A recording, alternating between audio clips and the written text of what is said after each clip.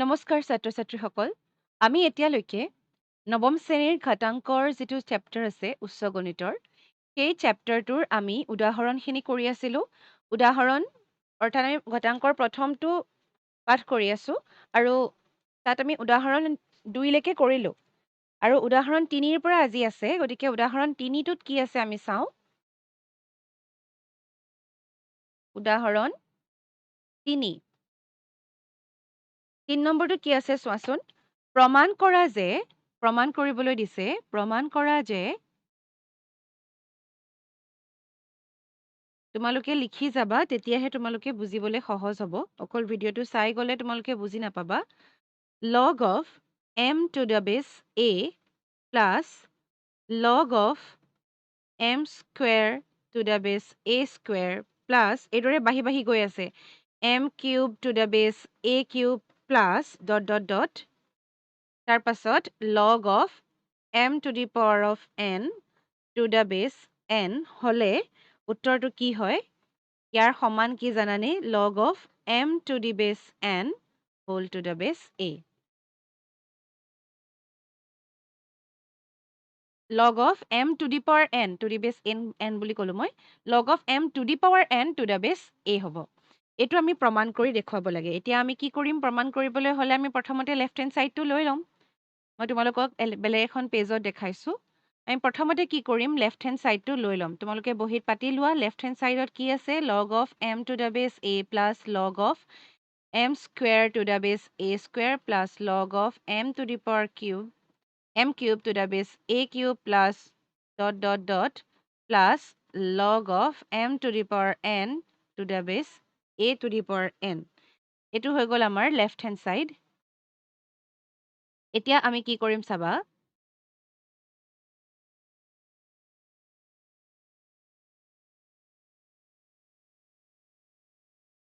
আমি কি কৰিম? ঘাতাংকৰ যিটো সূত্ৰ আছিলে, তোমালোকে অনুসিদ্ধান্তৰ পৰা পাইছিলা। আমি কি পাইছিলোঁ? অনুসিদ্ধান্ত 4 মতে আমি কি পাইছিলোঁ? log of m to the base a plus এইটো কি হৈ যায়? অনুসিদ্ধান্ত 4 তোমালোকে চাই ল'বা। তাত তোমালোকে পাবা যে এনেকুৱা যদি পাৱাৰ থাকে দুইটাতে, আমি যদি অকল এটাত পাৱাৰ থাকে কি পাইছিলোঁ? যদি এইটো a স্কুৱেৰ নহ'লেহেঁতেন, m to the power p হ'লহেঁতেন, তেতিয়াহ'লে কি হয়? p log m to the base a বা 2 log m to the base a। কিন্তু ইয়াতে পাৱাৰটো ক'ত আছে? m ৰ ওপৰতো আছে, a ৰ ওপৰতো আছে। যদি এনেকে পাৱাৰ থাকে, তেতিয়াহ'লে পাৱাৰ কেইটা কি হয়? ডিভাইড হয় আৰু log of m to the base a হৈ যাব।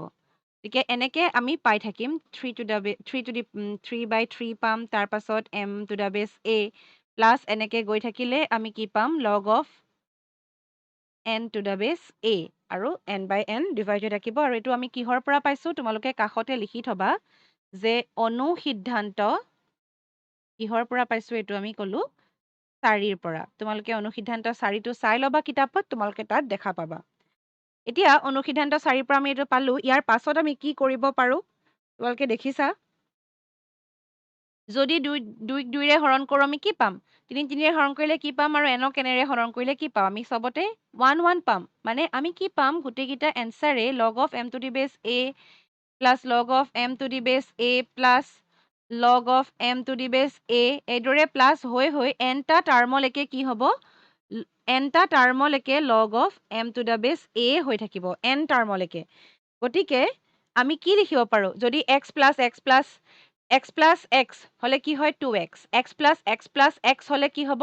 3x, x plus x হ'লে কি হ'ব? 4x। মানে যিমানটা থাকে সিমানটা পদ আমি প্ৰথমতে, দুটা পদ থাকিলে আমি 2x লিখিম, তিনিটা থাকিলে আমি 3x লিখিম, চাৰিটা থাকিলে 4x, nটা থাকিলে কি লিখিম? nx। এতিয়া কি আছে? দুটা থকা হ'লে আমি 2 log m by m to the base a লিখিলোঁ হয়। কিন্তু ইয়াত কিমানটা পদ আছে বুলি কৈছোঁ? nটা। কাৰণ আমি m to the power nলৈকে লিখিছিলোঁ, 1ৰ পৰা nলৈকে। গতিকে ইয়াত যদি nটা পদ থাকে, তেতিয়াহ'লে কি হ'ব? n log of m to the base a। কাৰণ যিহেতু ইয়াত লিখি দিবা তোমালোকে কাষত, এতিয়া তোমালোকৰ মনত থাকিব যে ইয়াত কিয় পালা n বুলি। যিহেতু ইয়াত nটা পদ আছে। এতেকে আমি এইটো কি কৰিব পাৰোঁ? ইয়াক আমি কেনেকে লিখিব পাৰোঁ এতিয়া? log of m to the power of n to the base a লিখিব পাৰোঁ। Log of m to the power n to the base a হ'ব, কাৰণ আমি এইটো কোনটোৰ পৰা পাইছোঁ? এইটো তোমালোকৰ এটা কি আছিলে? বিধি এটা আছিলে। কিহৰ আছিলে? কিহৰ ঘাত বিধি? ঘাতাংকৰ ঘাত বিধি আছিলে নহয়, ঘাত বিধিৰ পৰা বুলি লিখি দিবা। আৰু এইটো আমাৰ কি হৈ গ'ল? ৰাইট হেণ্ড চাইড আছিলে। চোৱা তোমালোকে, ৰাইট হেণ্ড চাইড কি আছিলে? Log of m to the power n to the base a. গতিকে equal to right hand side তোমালোকে লিখি দিবা হেন্স প্ৰুভড। এইদৰে আমি কি কৰিব পাৰোঁ? প্ৰমাণ কৰিব পাৰোঁ। আশা কৰোঁ তোমালোকে বুজি পাইছা, আৰু যদি বুজি পোৱা নাই তেতিয়াহ'লে জনাবা আৰু নিজে এবাৰ কৰি চাবলৈ চেষ্টা কৰিবা। ইয়াৰ পাছৰটো উদাহৰণ আমি চাওঁ। উদাহৰণ 4ত দুটা প্ৰশ্ন আছে। প্ৰথমটো প্ৰশ্ন আমি চাই লওঁ প্ৰথমতে। উদাহৰণ 4। উদাহৰণ 4ৰ 1 নম্বৰটো আমি কৰিম প্ৰথমতে। 1 নম্বৰত কি আছে? লগ অফ 2 টু দ্য বেছ 10 ইকুৱেল টু 0.30103। এইটো মান তোমালোকে দেখিয়ে থাকিবা। লগ অফ 2ৰ মানটো আচলতে এইটোৱে হয়। হ'লে কি সুধিছে? লগ অফ 0.02 টু দ্য বেছ 10 আৰু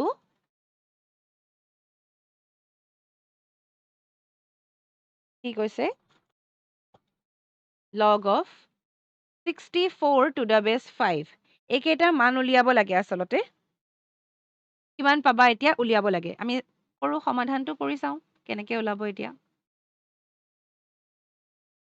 প্ৰথমতে আমাক কি দিয়া আছে? কি উলিয়াবলৈ দিছে? আমি প্ৰথমটো লৈ লওঁ। 0.02 টু দ্য বেছ 10। আমি কাৰণ মান উলিয়াব লাগিব ন? গতিকে আমি ইয়াৰ পৰা আৰম্ভ কৰিব নোৱাৰোঁ। আমি আৰম্ভ কি কৰিব লাগিব? প্ৰথমতে এইটো আচলতে চাবলৈ গ'লে এইটো A আৰু এইটো B। 1ৰ ভিতৰতে আৰু কি আছে? AB হৈ আছে। এইটো Bটো আমি পাছত কৰিম। প্ৰথমতে আমি কোনটো কৰি লৈছোঁ? Aটো কৰি লৈছোঁ। এতিয়া এইটো যদি আমি কৰিবলৈ হয় তেতিয়াহ'লে আমি কি কৰিব লাগিব? প্ৰথমতে লগ অফ 0.02 টু দ্য বেছ 10। এতিয়া আমি কি জানো? 0.02 মানে আমি কি লিখিব পাৰোঁ? লগ অফ 2 ডিভাইডেড বাই 100 পাৰোঁ, কাৰণ ইয়াতে দশমিকৰ পাছত দুটা ডিজিট আছে। গতিকে আমি ডিভাইডেড বাই 100 কৰিব পাৰোঁ। দুটা শূন্য দি দিলে হৈ যায়। এইটো পালোঁ। এতিয়া তোমালোকে ঘাতাংকৰ যিটো হৰণৰ বিধি আছিলে সেইটো ব্যৱহাৰ কৰা। মই ইটো পেজত লিখিছোঁ। আমি কি পাইছিলোঁ? যে log of 2 divided by 100 to the base 10 আছিলে। গতিকে আমি যদি ঘাতাংকৰ যিটো হৰণৰ বিধি আছে ব্যৱহাৰ কৰোঁ, মাইনাছ হৈ যাব 110 হ'ল। এতিয়া লগ অফ 2 টু দ্য বেছ 10 এইটোৰ ভেলু দিয়া আছে। লগ অফ 2 টু দ্য বেছ 10ৰ ভেলু কিমান দিছে? 0.30103। 0.30103 বহাই দিয়া। আৰু লগ অফ 100 মানে কিমান হ'ব? 10 স্কুৱেৰ টু দ্য বেছ 10 হ'ব। 0.30103 মাইনাছ 2 লগ 10 টু দ্য বেছ 10। গতিকে এইটো যদি হয়, মই এইখিনিতে কাষতে কৰি দিছোঁ ইয়াতে, যে ইয়াত কি হ'ব? 0.30103 যদি হয় তেতিয়াহ'লে 2 লগ 10 টু দি বেছ 10 একেই থাকিলে, দুইটা যদি আমাৰ ঘাতাংক যাৰ উলিয়াইছোঁ আৰু যদি আমাৰ ভূমি একে থাকে তেতিয়াহ'লে কি হৈ যাব? এনেকে যদি লগ অফ a টু দি বেছ a হয়, তাৰ এনচাৰটো কি হৈ যায়? 2 ইনটু 1 হৈ যাব। মানে ইয়াৰ মানটো কি হৈ যাব? 1। গতিকে 0.30103 মাইনাছ 2 কিমান হ'ব উত্তৰটো? আমি তোমালোকে কৰি চাবা। কৰিলে আমি কি পাম? মাইনাছ 1.69897।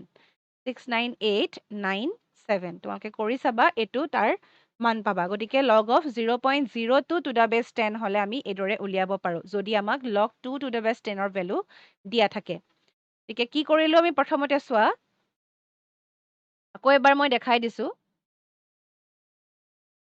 প্ৰথমতে আমি এইটো মানটো লিখি ল'লোঁ। A কাৰণে আমি কৰিছোঁ। তাৰ পাছত আমি কি কৰিছোঁ? লগ অফ 0.02 আমি ইয়াক কেনেকে লিখিব পাৰোঁ? 2 ডিভাইডেড বাই 100 হ'ব। কেলে হ'ব? কাৰণ ইয়াতে এটা দুটা ডিজিট আছে পইণ্টৰ পাছত। আগৰটোতো আমি কেনচেল কৰি দিব পাৰোঁ, নালাগে আমাক, কিন্তু 2 বাই 100 হ'ব। গতিকে আমি সেইটোৱে ইয়াতে বহাই দিছোঁ। তাৰ পাছত আমি কি কৰিলোঁ? এইটো কি বিধি ব্যৱহাৰ কৰিব পাৰোঁ? এতিয়া আমি ঘাতাংকৰ হৰণৰ বিধি ব্যৱহাৰ কৰিব পাৰোঁ। হৰণৰ বিধি মতে কি আছিলে? a বাই b হ'লে a মাইনাছ b হৈ যায়। লগ অফ 2 টু দ্য বেছ 10 হ'ল minus log of 100 two the বেছ 10। এইটো যদি a হয়, এইটো b হয়, এইটো a, এইটো b, মানে লগ অফ a টু দ্য বেছ 10 মাইনাছ b টু দ্য বেছ 10। কিন্তু ইয়াতে আমি কি কৰিছোঁ? লগ অফ 2 টু দ্য বেছ 10 মাইনাছ 100 টু দ্য বেছ 10। এতিয়া লগ অফ 2 টু দ্য বেছ 10 এইটোৰ মানটো ক'ত দিয়া আছে? ইয়াত দিয়া আছে।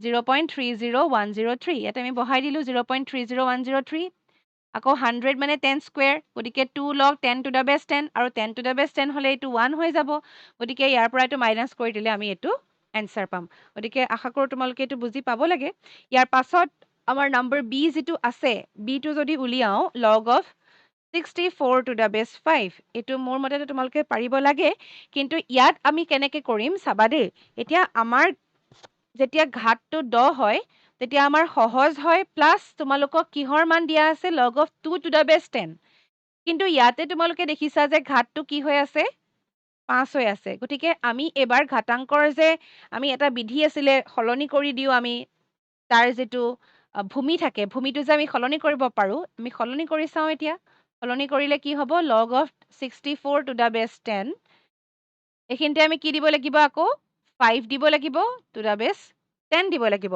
ইয়াত কি আছিলে এনেকুৱা ধৰণৰ তোমালোকে এটা বিধি পাইছিলা log of b by c b to the base c এটো হলে আমি কি লিখো log of b to the base a log of c to the base a এনেকে আমি ভূমিটো সলনি কৰি দিছিলো এতিয়া আমি ভূমি সলনি কৰি আমি ইয়াত কি কৰিলো 10 কৰিলো তাৰ পাছত আমি কি কৰিম এতিয়া log of 64 to the base 10 আছে 64 মানে কি হয় 2 ৰ পাৱাৰত লিখিম কাৰণ আমাক log of 2 to the base 10 টো দিয়া আছে গতিকে আমি 64 টো 2 to the power 6 লিখিব পাৰো কাৰণ 32 into 2 হলে 64 হয় 32 মানে 2 to the power 5 2 to the power 5 আৰু 2 to the power কি হ'ব 64 হলে 6 হ'ব গতিকে ডিভাইডেড বাই কি হ'ব log of 5 to the base 10 টোক আকৌ আমি কি কৰিম log of 5ক আমি কি বুলি লিখিব পাৰো 10 by 2 বুলি লিখিব পাৰো কাৰণ 5 to the base 10 টো আমি একো চেঞ্জ কৰিব নোৱাৰো তাৰ মানো উলিয়াব নোৱাৰো কাৰণ আমাক একো দি থোৱা নাই গতিকে আমি দি থোৱা মান এটা উলিয়াব লাগিব log of 10 by 2 to the base 10 কৰিলো এতিয়া আমি ইয়াৰ পাছত কি কৰিম কি লিখিলো আমি লিখি লওঁ এবাৰ log of 2 to the power 6 to the base 10 divided by কি হৈছে তোমালোকে সমান চিনটো সদায় এই আজডালৰ পোনে পোনে দিবা এই চিনটো মই মোহাৰি দিছো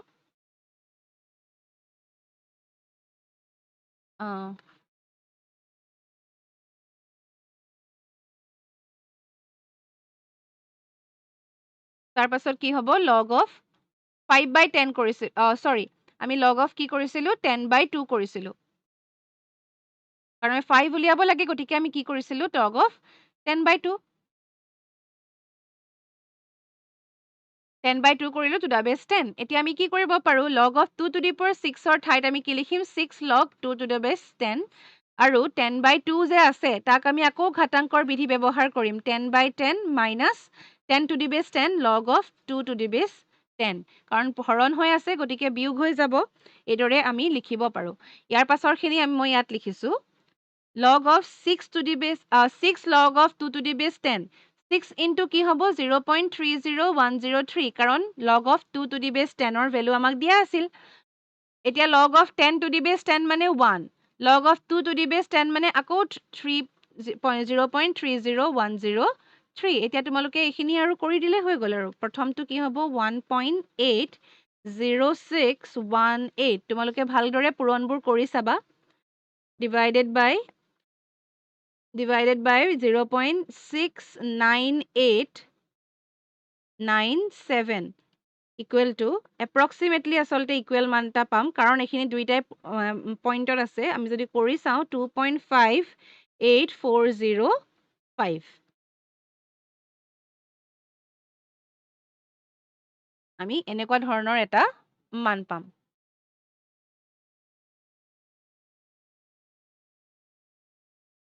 গতিকে এতিয়া আমি কি কৰিলো এবাৰ চাওঁ আকৌ এবাৰ প্ৰথমটো সেকেন্ডটো আমি কি উলিয়াব লাগে log of 64 to the base 5 উলিয়াব লাগে কিন্তু 5 আমাৰ ঘাতাংকৰ যিটো আমাৰ মানে ইয়াত এতিয়া আমাৰ যিখিনি ভ্যালু দিয়া আছে তাত 5 নাছিলে 10 আছিলে গতিকে আমি 10 কৰিলো 10 কৰি দিলে আমি কি কৰিব লাগিব ঘাতাংকৰ বিধি ব্যৱহাৰ কৰিব লাগিব ঘাত খলনি হোৱা যিটো বিধি আছিলে গতিকে আমি 10 যদি ইয়াত কৰো ইয়াতো 10 কৰি আমি এনেকে ধৰণে কৰিব পাৰো এইটো আমি সূত্ৰ ব্যৱহাৰ কৰিব পাৰো গতিকে b by c মানে আমি কি কৰিলো 64 to the base 5ক আমি এবাৰ কি লিখিম 64 to the base 10 লিখিম আৰু এবাৰ log of 5 to the base 10 লিখিম ইয়াতো 10 আছে ইয়াতো তাতো 10 আছে গতিকে এতিয়া আমি ইয়াক যদি ভাঙি দিও 64 মানে 2 to the power 6 2 to the power 6 মানে আকৌ 6 log of 2 to the base 10 লিখিব পাৰিম আকৌ তোমাৰ 5ক আমি কি কৰি ললো 5 to the base 10 আমি ভ্যালু একো উলিয়াব নোৱাৰো এতিয়া সেইকাৰণে আমি 10/2 কৰি ললো যদি আমি তেনেকে লওঁ 6 log of 2 to the base 10 হ'ব আকৌ 10 to the base 10 আৰু minus 2 to the base 10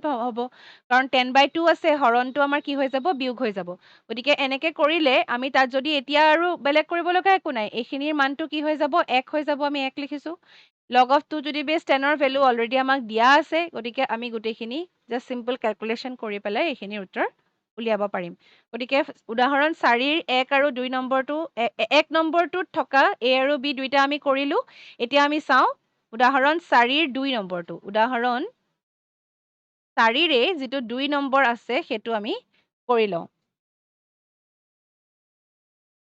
উদাহৰণ 4 ৰ 2 নম্বৰত কি আছে চোৱা যদি log of 3 to the base 30 equal to p আৰু log of 5 to the base 30 equal to q তেতিয়াহলে কি উলিয়াব লাগে log of 8 to the base 30 equal to what উলিয়াব লাগে এতিয়া আমি সমাধান কৰো কেনেকে কৰিবা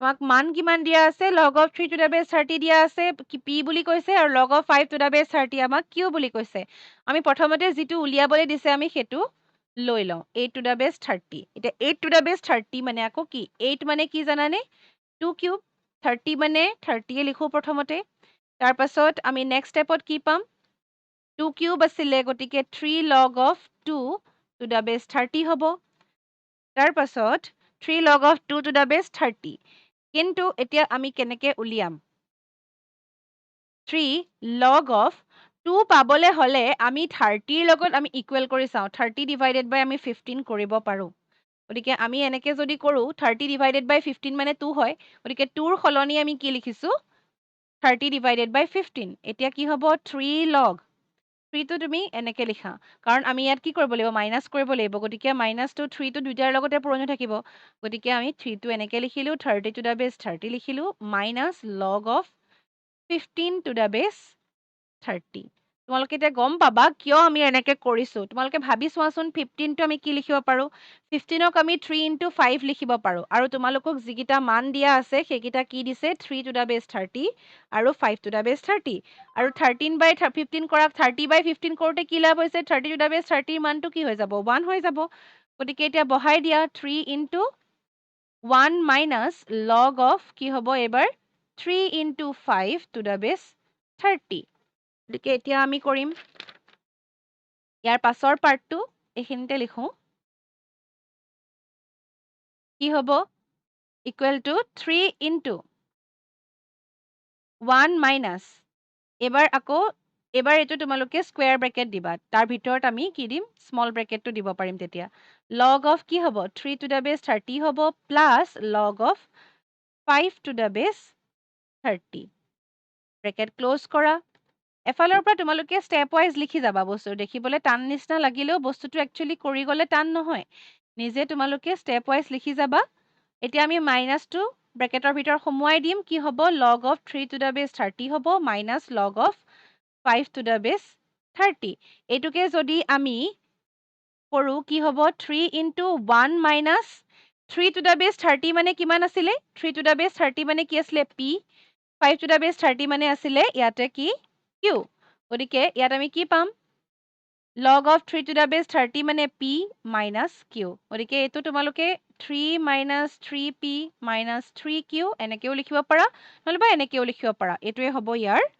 উত্তৰ গতিকে আমি ইয়াত কি কৰিলো এবাৰ চোৱা তোমালোকক কি মান দিয়া আছিলে log of 3 to the base 30 is equal to কি দিছে p দিছিলে আৰু 5 to the base 30 equal to কি দিছিলে q দিছিলে আমি এটুকে ইয়াত ব্যৱহাৰ কৰিব লাগিব 8 to the base 30 উলাওতে কেনেকে ব্যৱহাৰ কৰিম প্ৰথমতে আমি 2 কিউব কৰিলো 2 কিউব কৰাৰ কাৰণে আমি 3 log 2 to the base 30 পালো এতিয়াতো ইয়াৰ পৰা আমি আৰু আগবাঢ়িব নোৱাৰো চাবলৈ গলে যদি আমাৰ এনেকেই থাকে কিন্তু আমাক কি দিয়া আছে 3 to the base 30 5 to the base 30 তোমালোকে আইডিয়া কৰিব লাগিব যে ইয়াৰ পৰা আমি কেনেকেনো এতিয়া 3 to the base 30 কৰিম 5 to the base 30 কৰিম। আমি কি জানো যে 3 টু দ্য বেছ 3 আৰু 5 ইহঁতক পূৰণ কৰিলে 15 ওলায়।